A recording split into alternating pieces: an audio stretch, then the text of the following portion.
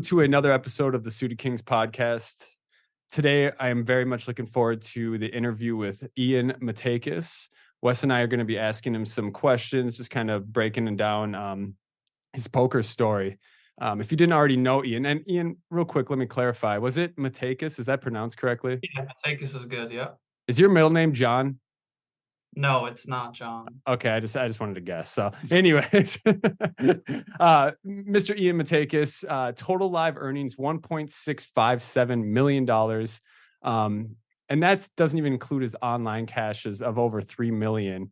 Ian is the reigning 2023 WSOP Player of the Year. And he is the reigning Fall Poker Classic main event champion, much to my personal dismay. But yeah, that's pretty sick. Congrats on that too. So, quick story: Wes and Ian. Yeah, well, we got heads up for the Fall Poker Classic main event title. Ian took it down. It was pretty crazy.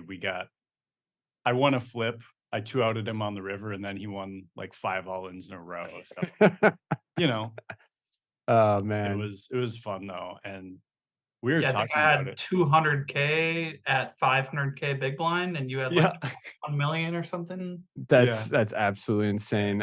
Ian, so you have 2 banners of yourself this year now. Yeah, that's what I was gonna say. Yeah, what's it like having 2 banners in 1 year?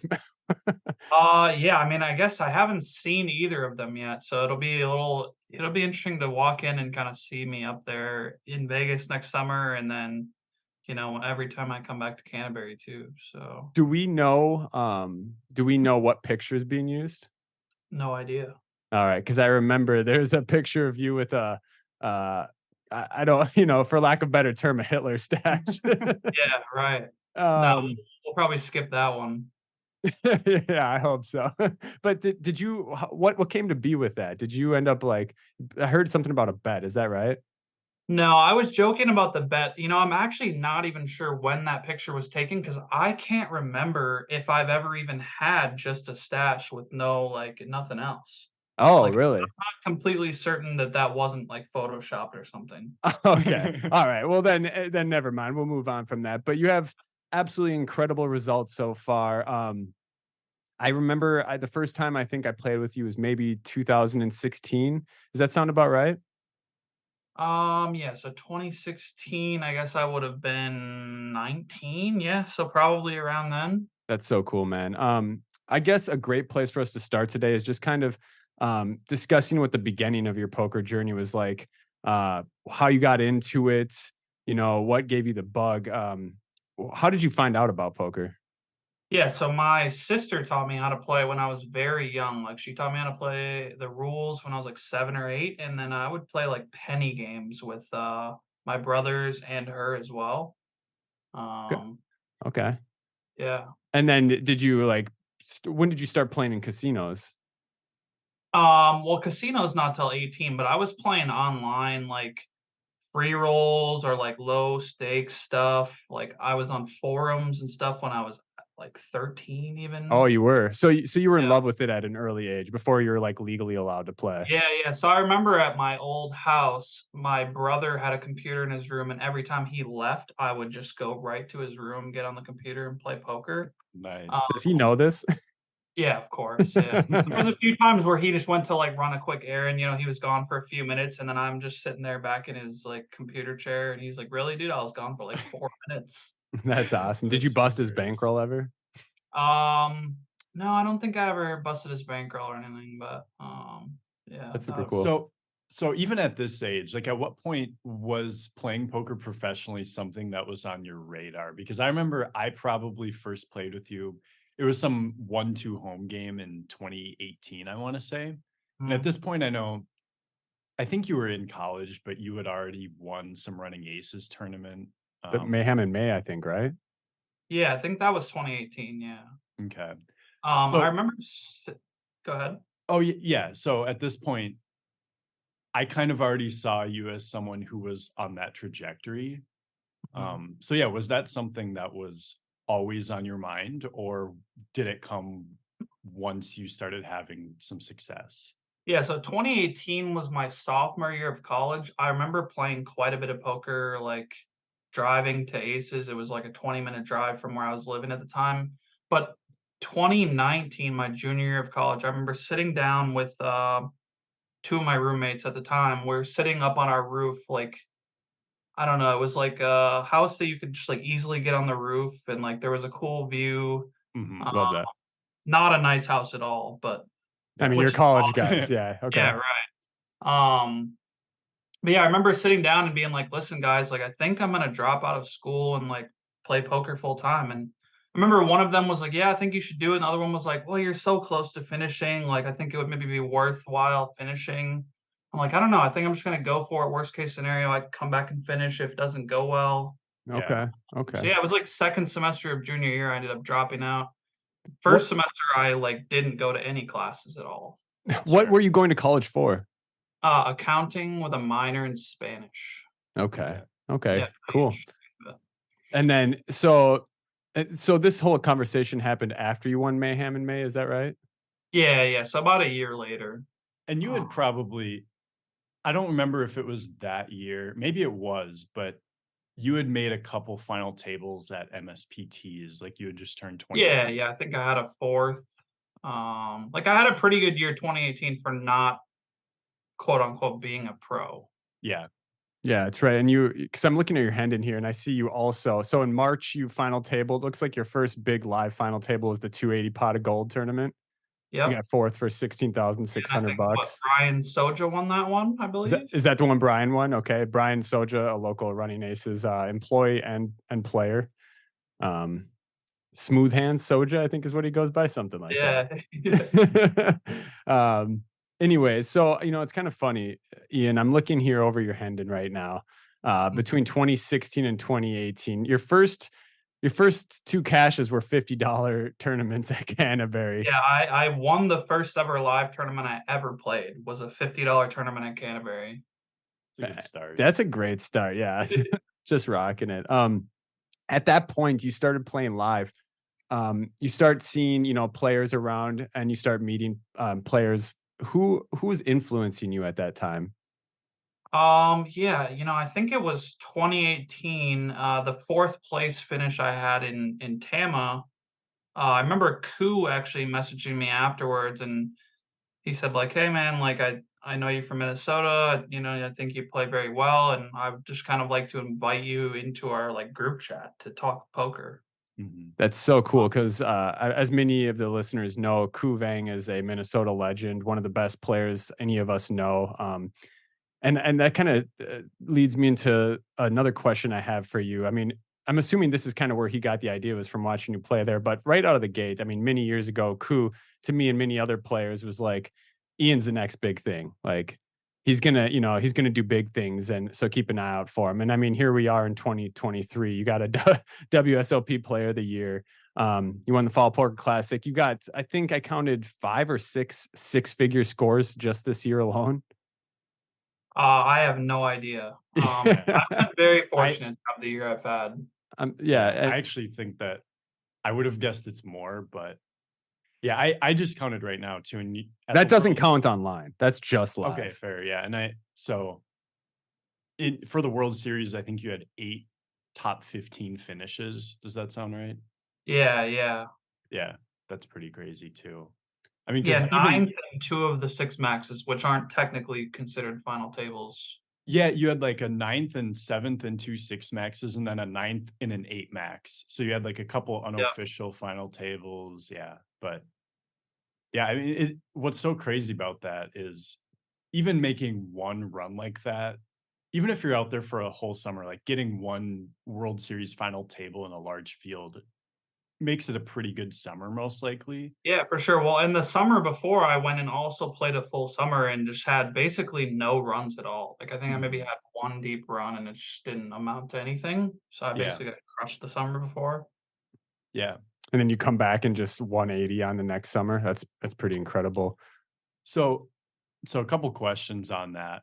Um, First, what was it like winning a bracelet? I know it was online, so Mhm. maybe it felt different, but was there something different about the feeling of winning a World Series bracelet than any other type of tournament? Yeah, it was amazing, man. I was playing a day 2, or sorry, a day 1 of a live tournament and playing the bracelet online on my phone.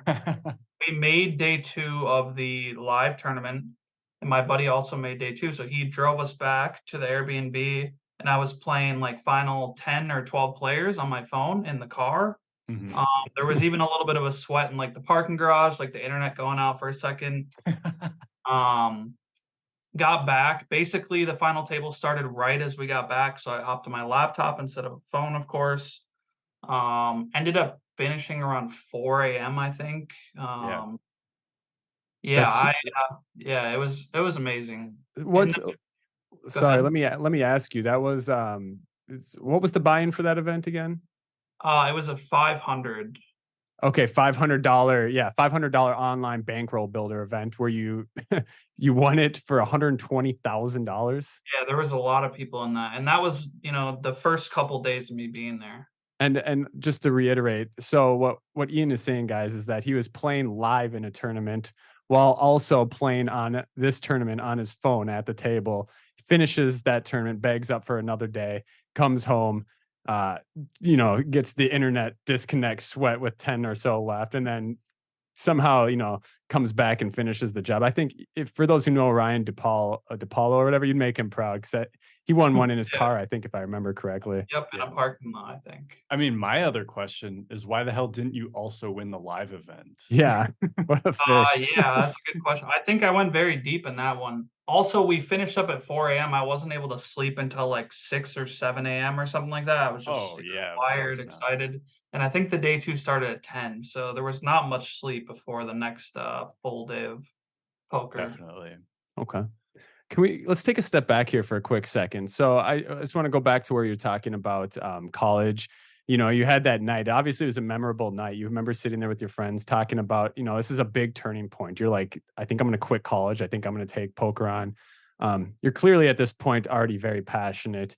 Um, what After you quit college, what did it look like from that point? Did you just start playing all the dailies? Did you have a plan? Did you create a plan? What did that look like for you?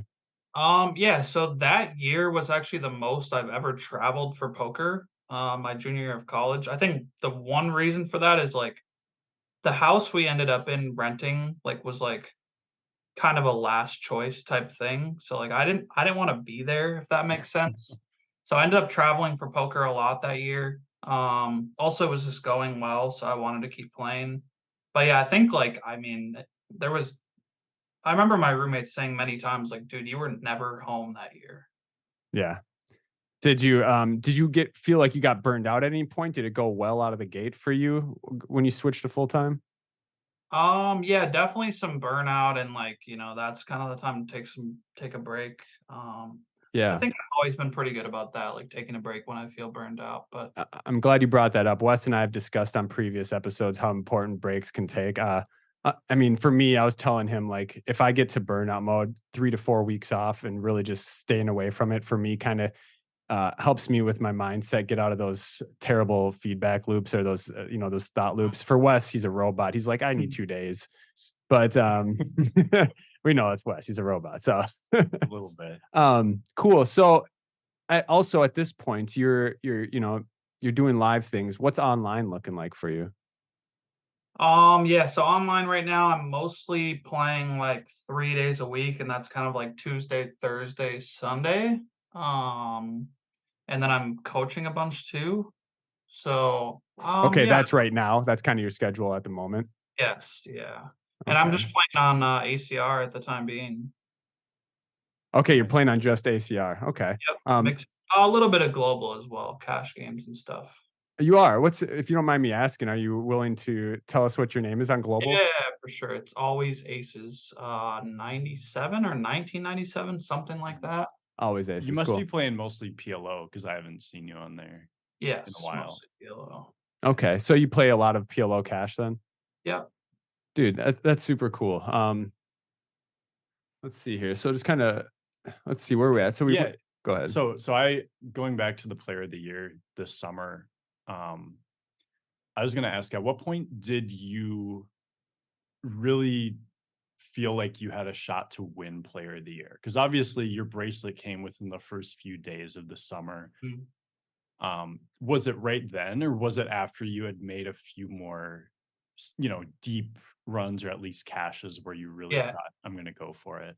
It was around the half point of the summer where I think something got tweeted out by like WSOP or Poker News or something like that. That was basically just like Ian is leading the thing, and I jokingly said somebody needs to teach me mixed games. I remember I that. remember that. Yeah. And there was a lot of buzz around that. Like Sean Deeb decided that he wanted to offer me a prop bet, like giving me odds on Player of the Year. But Did yeah, you I mean, take it? no, we didn't end up doing any sort of bet. I just thought I was a bigger dog than he was offering. Mhm. But yeah, I stopped playing like Win and Venetian and all other venues and just played WSOP stuff for the rest of the summer, basically from that point. Absolutely loved logging into Twitter and seeing Mike the Mouth Matisow giving you shit. Yeah. Mike was saying, essentially, for those that didn't know, they were saying that, Ian kind of wasn't deserving of Player of the Year because online events count towards points. However, I mean, it's important to note that all players have access to both events. Yeah. And it's, he not only did he do well online and win a brace online, but he killed it live with, I don't know, how many total cashes did you have this summer? I think 24, 15 in person and 9 online. I mean, that's undeniable, right? So Yeah. I think that's super cool. Well, and the fact that you did it, you said you jokingly asked people to teach you mixed games. You Mhm. didn't play mixed games. I didn't play a single mixed game tournament. I was actually I hopped on a phone call with somebody. He gave me like a quick crash course. I was going to play it if I busted something, but I ended up going deep in that and couldn't play it. I was Was that gonna the play PLO, the 3K PLO, if I remember? I think so, yeah. I was gonna play like some 500 horse after, and I sold like I sold like most of the action just like if people wanted to sweat. That's Yeah. awesome. You It was probably mostly never to get in there for the points and learning. Yeah. You probably never thought you were gonna sell for a $500 tournament again. Yeah, I guess I usually don't, but yeah, that Yeah. was a good circumstance to sell for that. So Yeah. Another thing I wanted to bring up too here, I noticed from this summer, you entered a $50,000 buy-in pot limit Omaha tournament. What And eh, got ninth, right? and cashed it. I'm assuming, is this your first high stakes tournament entry or um no?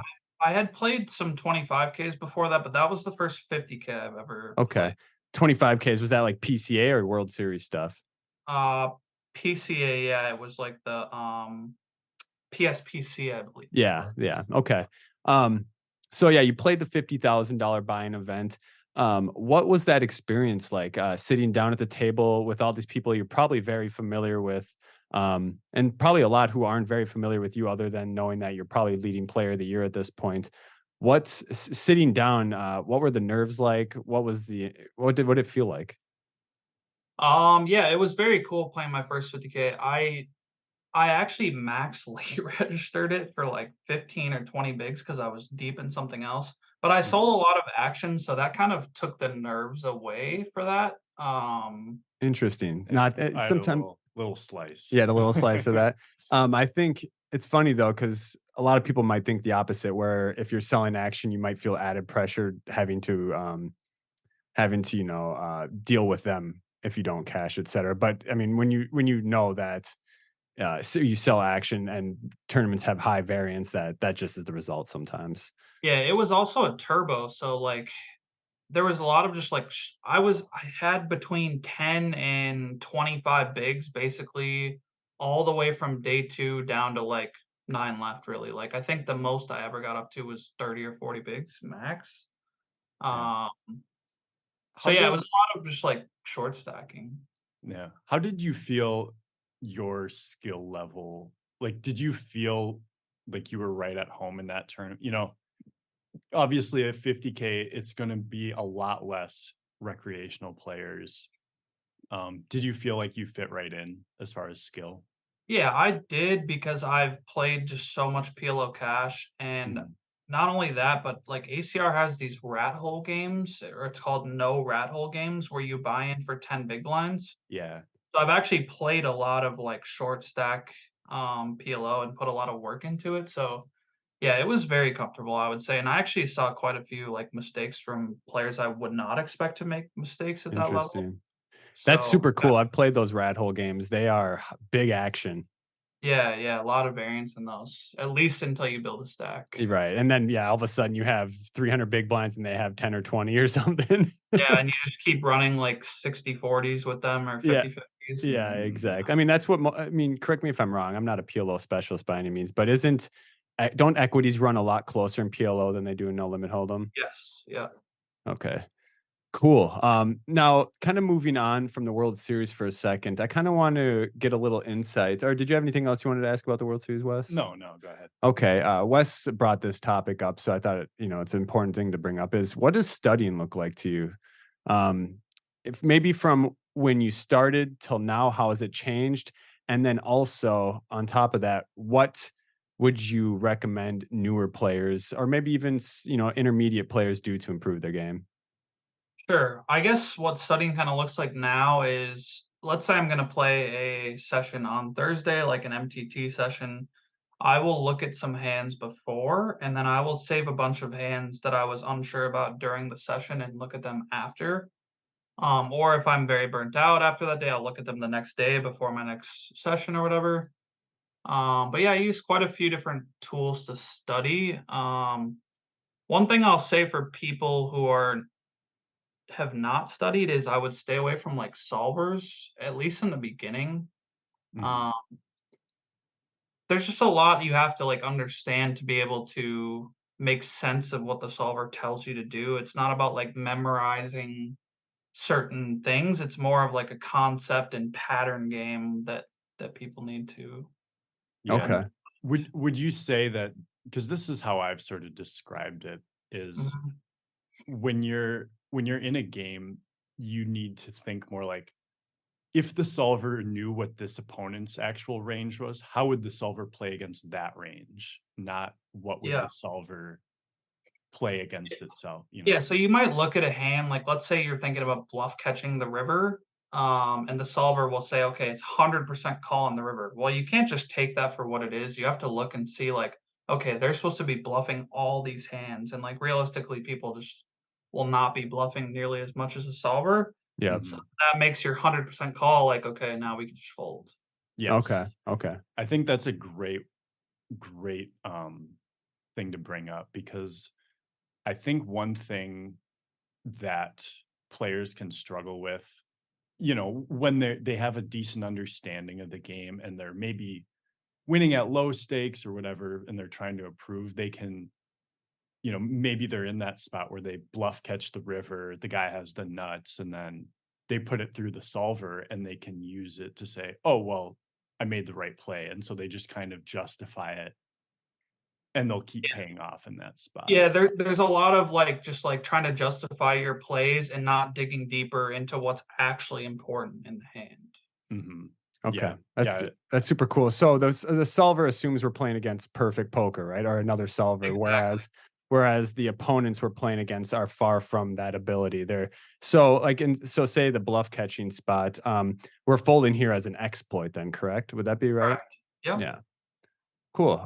Yeah, you know, I didn't do a lot of solving stuff. I've always been more of an intuitive type player. I've always studied, watched poker, talked a lot of poker. I never ran sims and did a lot of that stuff. After meeting Wes, actually before meeting Wes, I did a little bit, but it's become a lot more part of my game ever since Wes and I become friends. I think I've explained this again on other episodes, but it's helped me build a foundation to which I can then deviate kind of from, if that's a good way to put it. But yeah, it just helps my base knowledge essentially. Yeah, I will add in, like you asked, what people should be doing to get better at least like the lower levels. Like watching good players is kind of what you want to do, and then like Hmm. kind of seeing why they're doing certain things. You definitely just want to stay away from solvers at the earlier levels. Yeah. 100% agree. I remember, I mean, I watch all my favorite content right now is EPT content. It doesn't come around as much. I just love their production. The quality is so high. Um, I but kind of how I do it is I'll kind of guess ahead of time what I think they're going to do. And then, Mhm. if it's different from what I think they're going to do, I ask myself, why did they do that? And then, sometimes you might never get an answer. It might be like, I don't understand that. But this is a good way to kind of just continuously ask yourself questions. So when you find yourself in a similar spot, you're prepared to make a good decision.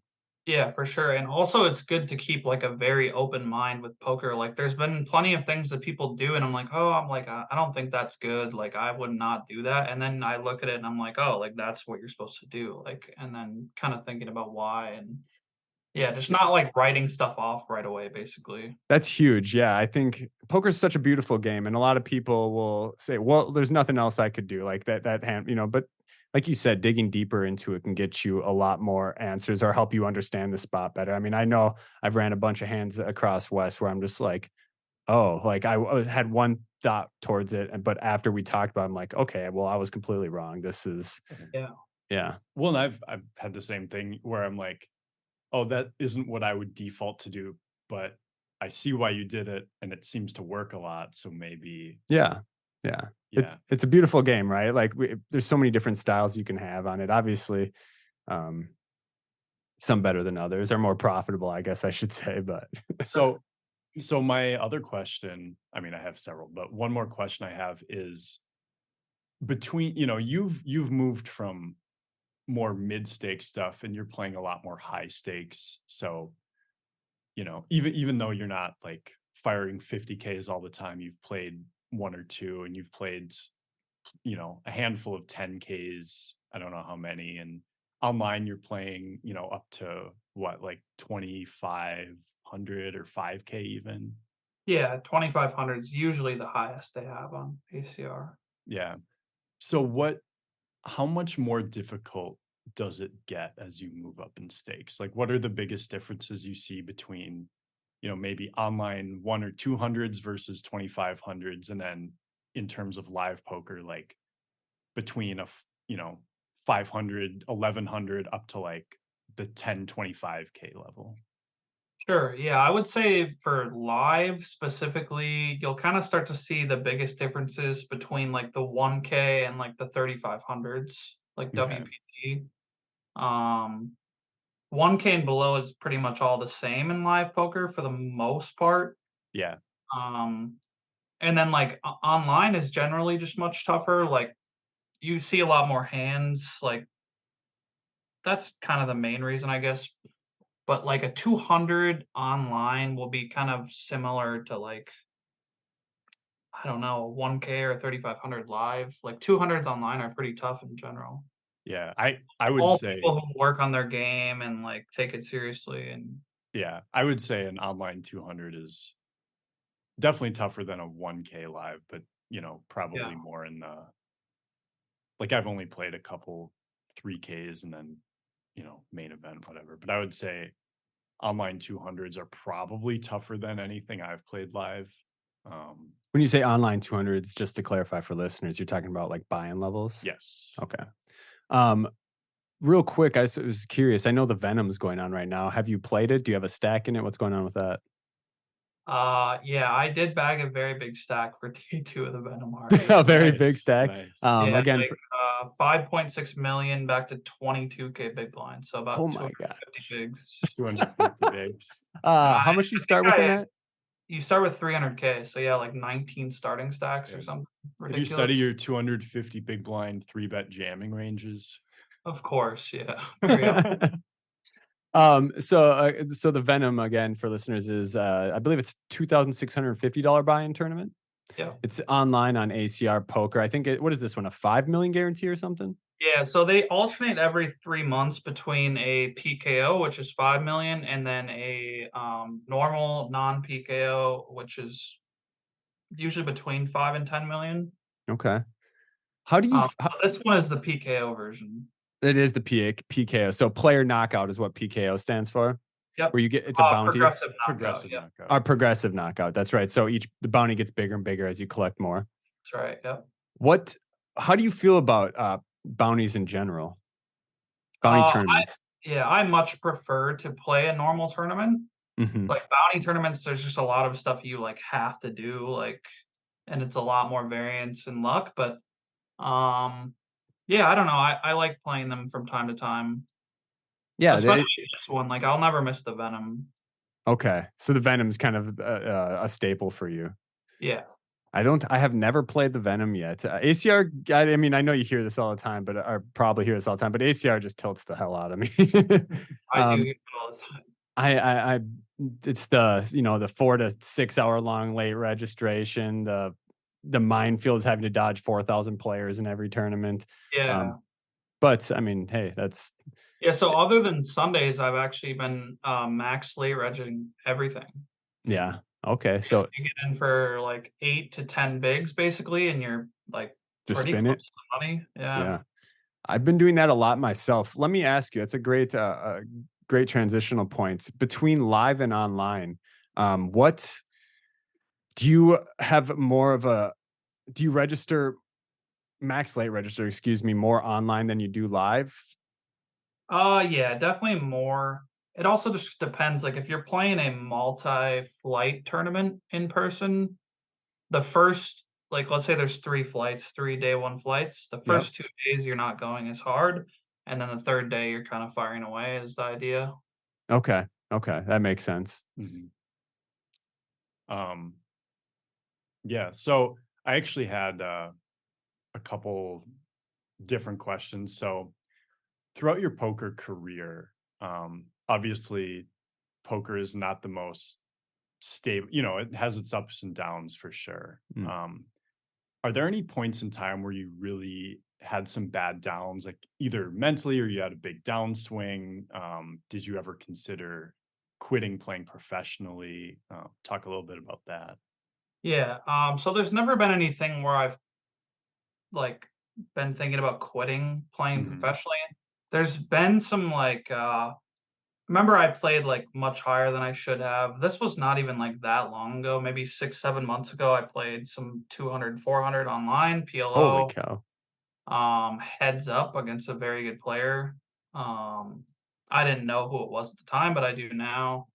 And, like, I lost, like, a ridiculous amount of money in, like, 15 minutes, and I remember just, like, the next 2 days, I did not do anything.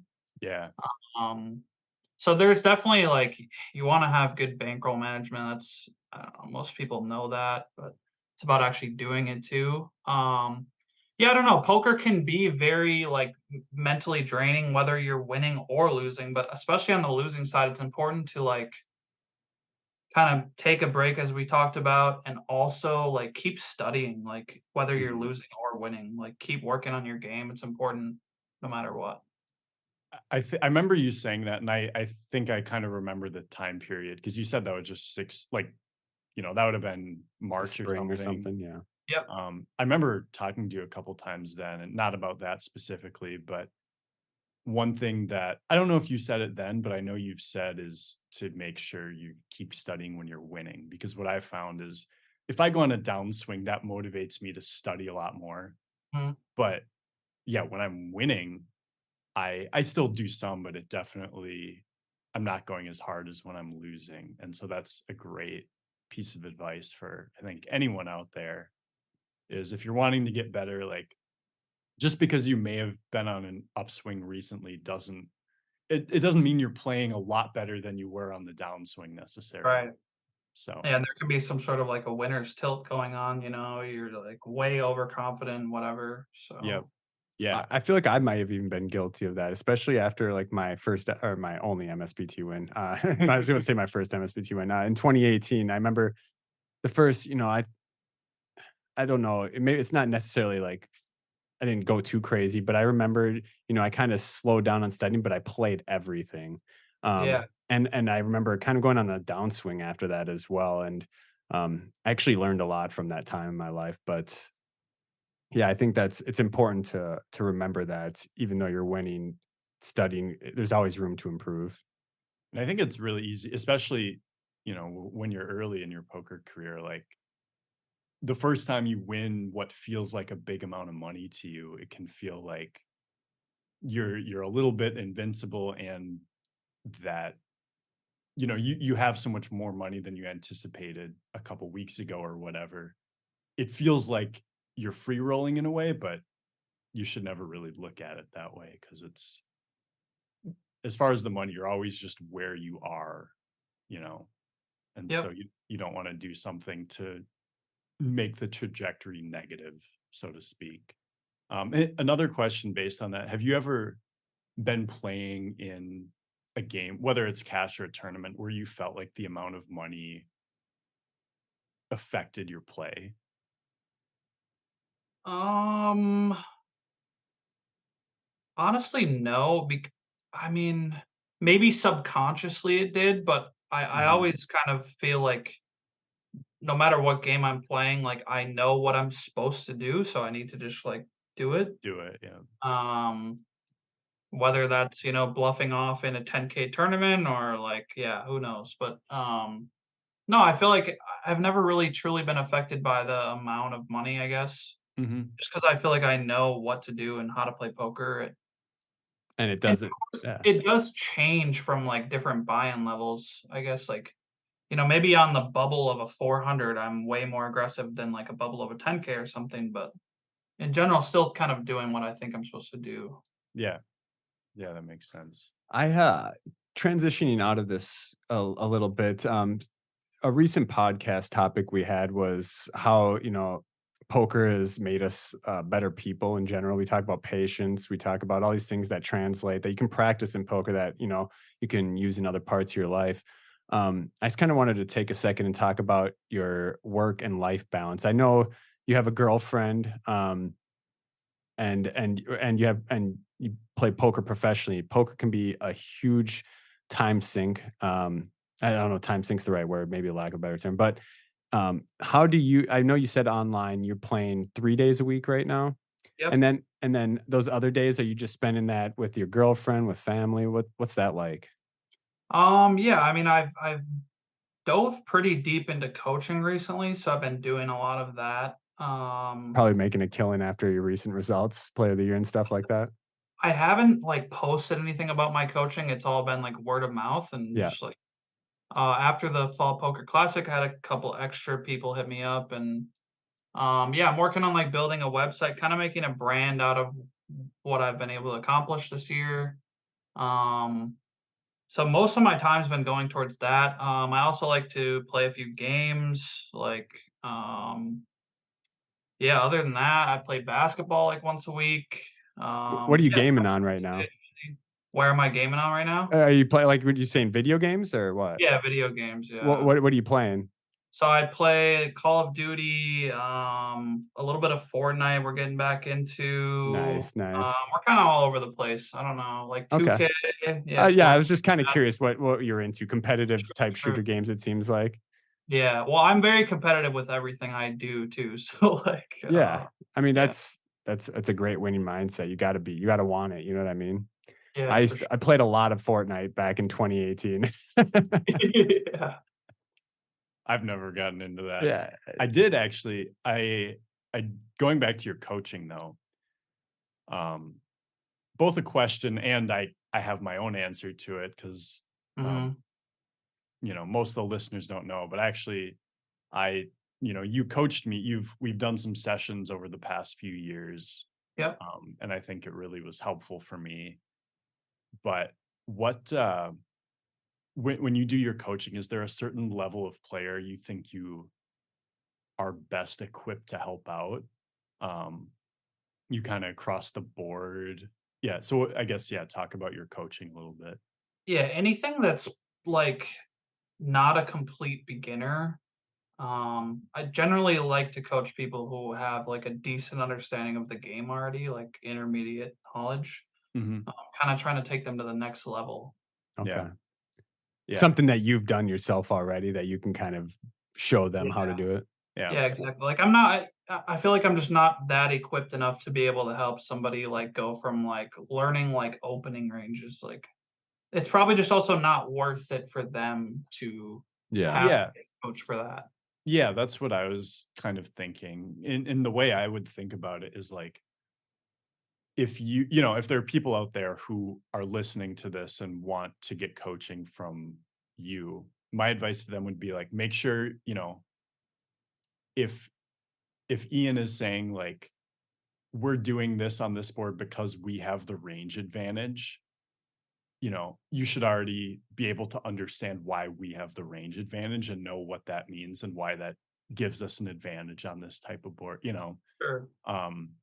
So yeah, know a lot of know the vocab, know a lot of the terminology, kind of be familiar with a lot of this strategy. And then Ian, I think a lot of your value would be like helping them implement that and see that in more spots Sure. And I think a lot of people intuitively will get it too. They just might not know the vocab or something like that. And that can be taught pretty easily too. Yes. Yeah. Yeah. So, yeah, because I remember when at least I remember we did like 2 sessions in a row, early 21, I think. And I had been a pretty good like cash game, home game player, but tournaments I would do fine at like Canterbury dailies and whatnot, but I hadn't really gotten into tournaments apart from that. And it immediately became clear to me like, oh, I'm being too nitty pre-flop in a lot of spots in tournament. I don't remember what all the other stuff was, but just yeah, getting your opinion on certain hands. I'm like, oh, that makes perfect sense, but also I wasn't doing it correctly. So just having an outside view of someone who's been through these spots a lot, I think is super valuable. So Yeah, for sure. I think a lot of people even know what to do a lot of the time. It's just about them actually pulling the trigger and doing it. Go ahead. Yeah, definitely. I mean, it's funny though how many times I've found myself. I mean, hindsight's 2020, right? Where I'm like, you know what you're supposed to do here, but you end up, for example, you get check raised on the river, and you're supposed to fold, but you just pay it off to see it. You know what I mean? Yeah, right. Um, anyways, I guess at this point, we'll kind of start wrapping up things here. Ian, what does the future for live and online look for you for poker Yeah, so I guess for online, day 2 of the Venom on Monday. with I will 250 bigs? 250 bigs, feeling good. Hopefully some short stacks on the table to scoop some bounties. For live, I'll be playing WPT Florida in about a month. I think it's right after Thanksgiving. And then I'm still undecided, but I think I will be at the Win for the entirety of like December pretty much. Okay. Okay. Um, No I MSPT aces? It depends on the dates. I still don't have my December kind of mapped out yet, but Noted. Noted. It's a very poker player thing to do, kind of do things last second. yeah, for sure. I struggle with that. Okay. Well, Ian, I really appreciate you taking the time, to sit down with us. This is our first ever interview, like not between Wes and I. So we appreciate you going through the troubleshooting with us and kind of getting this all figured out. Wes, anything else you wanted to end up with here? So kind of the same question. I'm just curious, more like in the future, are you someone who you see yourself being, you know, a full-time player for as long as you can see into the future? Are you thinking of, I know you said you were getting a website set up for your coaching. Are you thinking of like ever creating a training site maybe or something like that? Or are you ever considering like mostly getting out of poker and doing something else with your life? Sure. Yeah, I guess right now my thoughts is kind of to keep playing poker, and coaching, and then eventually getting into some other stuff. Kind of taking the money I've earned and putting it in different avenues. Seeing what else I can become passionate about. Yeah. But yeah, for now, I mean, I'll be playing a lot and coaching a bunch. But yeah, for sure, the possibilities are really kind of endless down the road. Let me just add on to that real quick. Is there anything else outside of poker you're passionate about that you just love doing or that you could see maybe yourself doing in the future? Anything Man, that I just don't know. rings a bell? Not really right now, I guess. I've talked to my girlfriend a little bit about, like, she really is very good at, like, interior design and stuff, so maybe Okay. kind of doing some projects with her, like buying places and Yeah. having her kind of yeah. Hey, So I know a realtor if you need one. yeah, do you? That's super cool. Ian, again, I appreciate you so much for coming in. Guys, if anyone has questions for Ian or for us, feel free to send us a message. I'm sure Ian, you probably have a flooded inbox after becoming WSOP Player of the Year. I can only imagine. But if you guys want to direct your questions to me, I can reach out to him as well. Anything else, Ian, you would like to say before we head out here? No, I don't think so. If anybody's interested in coaching, hit me up on Twitter. It's at Matakis, just my first initial and last name. And no, thanks for having me on, guys. It's been fun. Yeah. For sure. I'll add your username and stuff into the show notes so people can see it in there. But yeah. One more question. So when we tweet about releasing this episode, you don't want us to use the Hitler mustache picture, right? You guys use whatever you want. I have no qualms about it. All right. No, man. Again, appreciate your time, Ian. Hopefully we'll catch you at are you gonna be at Riverside by chance or no? Not sure. When is that? Riverside isn't this weekend, but it's the following weekend. Yeah, Okay. we're headed you down can there. see how last second I am. Okay. Cool, man. Well, Wes and I will be there. Hope to see everybody else there. And until next time, we'll catch you. Yeah. Thanks, Ian.